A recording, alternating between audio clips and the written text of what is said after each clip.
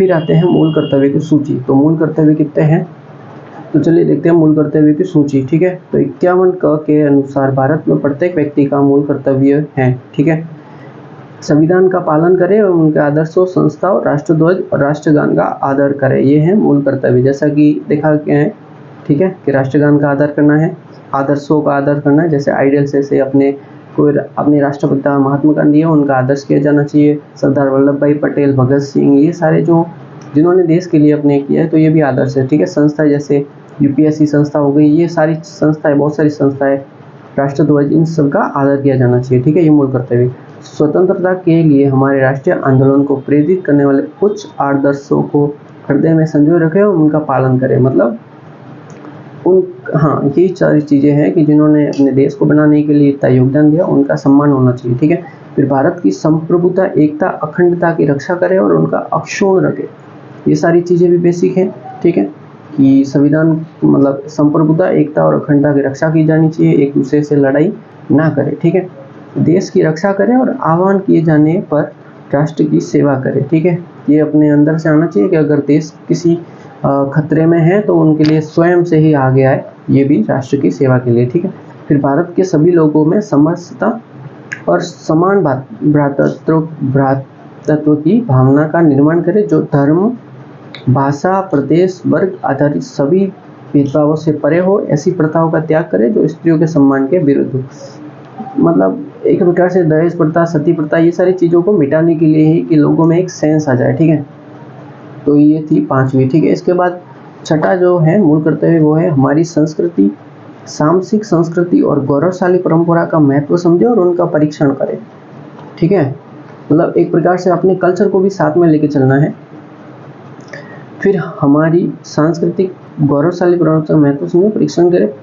प्राकृतिक पर्यावरण की, जिनके अंतर्गत वन, झील, नदी और वन्य जीव हैं, रक्षा करें और उनका संवर्धन करें तथा प्राणी मात्र में दया भाव रखें। मतलब एक प्रकार से अपन सिर्फ अपना ही नहीं देख सकते, जैसे आपके आसपास कुछ पेड़ हैं तो उनकी रक्षा की जानी चाहिए। अगर उनको काट रहे हैं तो आपको उनके विरोध में बोलना है। ठीक है, ऐसे नहीं कि आप चुपचाप देख रहे हैं हमारा ये कुछ हमारे लिए जरूरी नहीं है। ठीक है, तो आपको वहाँ पे बोलना ही आपका कर्तव्य है एक प्रकार से। ठीक है, आप देश से इतना कुछ ले रहे हो तो आपके एक होना चाहिए कि हाँ मैं भी देश के लिए कुछ करूँ, तो बहुत सारी चीज़ें ये है। ठीक है, फिर वैज्ञानिक दृष्टिकोण, मानव ज्ञानार्जन एवं सुधार की भावना का विकास करें। एक प्रकार से लोगों को थोड़ा एथिकल बनाना, थोड़ा सा एक प्रकार से देश के प्रति जागरूक बनाना, देश के अच्छे के लिए। ठीक है, फिर है कि सार्वजनिक संपत्ति की सुरक्षा करें, हिंसा से दूर रहे, ये भी है। ठीक है, फिर व्यक्तिगत और सामूहिक गतिविधियों के सभी क्षेत्रों में उत्कर्ष की ओर बढ़ने का सतत प्रयास करें, जिससे राष्ट्र निरंतर बढ़ते हुए प्रयत्न और उपलब्धि की नई ऊंचाइयों को छू ले। फिर है 11वां, जो कि 2002 में 86वें संविधान संशोधन द्वारा जोड़ा गया है और इम्पोर्टेंट भी है। अपन इसको देखते हैं कि 6 से 14 वर्ष की बच्चों की उम्र के बीच के बच्चों को शिक्षा के अवसर उपलब्ध कराना, ये कर्तव्य 86वें संविधान संशोधन 2002 द्वारा जोड़ा गया है। मतलब 6 से 14, 6 मतलब फर्स्ट क्लास में जब बच्चा आता है तो 6 साल का होता है, ये उस टाइम की बात है। ठीक है, अभी 3 साल के भी बैठा देते हैं, पर 6 साल से 14 साल मतलब 14 मतलब 9th क्लास पर 8th क्लास तक। ठीक है, 8th क्लास तक उसको शिक्षा का अवसर उपलब्ध कराना। राजस्थान में ये स्कीम भी चली थी कि 8वीं तक किसी को फेल नहीं करना, उनको सबको पास करना है। ठीक है, तो ये उसी का नतीजा था कि सारे एक साक्षरता की दर बढ़ पाई। ठीक है, और ये था 11वां मूल कर्तव्य। अब देखते हैं इनकी विशेषताएं। ठीक है, what is the properties of the fundamental rights.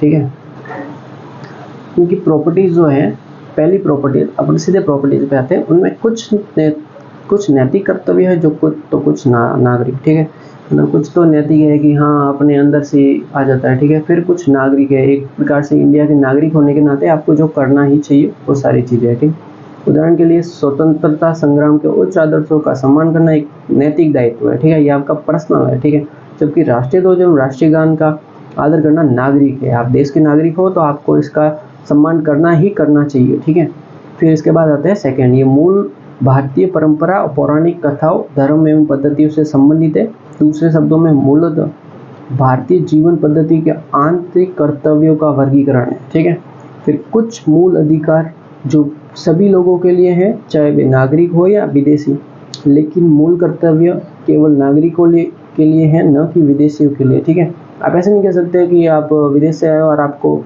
झंडे के सामने सैल्यूट करना ही करना है। आप वो अपने लिए है, ठीक है, नागरिकों के लिए, उनके लिए ज़रूरी नहीं है, आप उनको फोर्स नहीं कर सकते हैं। ठीक है, वो अपने देश का करें, अपन अपने देश का करेंगे, ये ज़रूरी है। ठीक है, ताकि लोग, आप उसको फोर्स करोगे तो ऐसा लगेगा कि यार इंडिया के लोग कैसे हैं, इनको कुछ समझ नहीं है, मतलब ठीक है, वो वाली बात हो जाती है। फिर इसके बाद आता है चौथा, निर्देशक तत्वों की तरह मूल करते हुए गैर नियोजित है।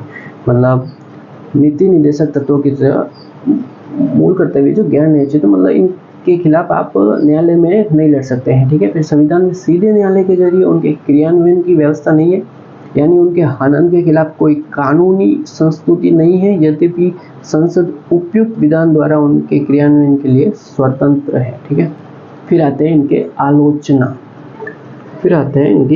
मतलब लोगों ने कहा कि ये सही भी है, गलत भी है, तो गलत क्या है वो अपन देखते हैं।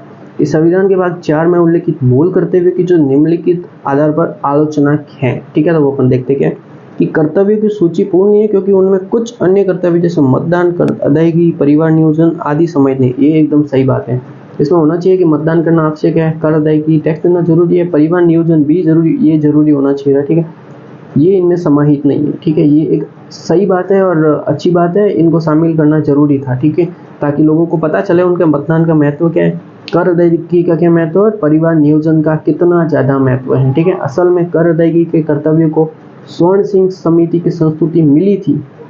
ठीक है, तो ये होना भी चाहिए था।